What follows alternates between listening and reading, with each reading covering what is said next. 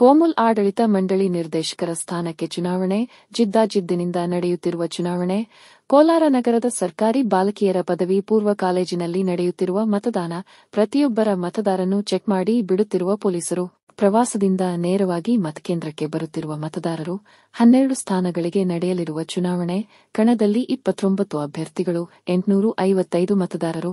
ತೀವ್ರ ಪೈಪೋಟಿಯಿಂದ ನಡೆಯುತ್ತಿರುವ ಚುನಾವಣೆ ನಡೆಯುತ್ತಿದ್ದು, ಮುಂಜಾಗ್ರತಾ ಕ್ರಮವಾಗಿ ಮತಗಟ್ಟೆಯ ಬಳಿ ಬಿಗಿ ಪೊಲೀಸ್ ಭದ್ರತೆಯನ್ನು ಕಲ್ಪಿಸಲಾಗಿದೆ.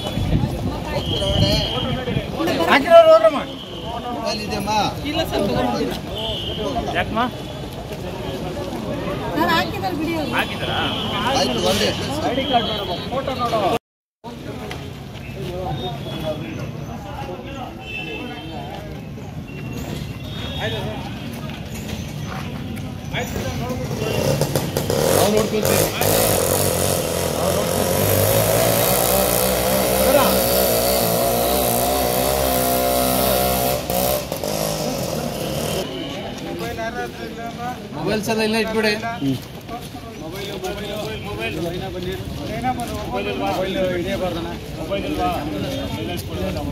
ಮೊಬೈಲ್ ಯಾರಿಗೂ ಬಿಡಲ್ಲ, ಅಲ್ಲಿ ಒಳಗಡೆ ತಗೊಂಡು ಹೋಗ್ಬಾರ್ದು.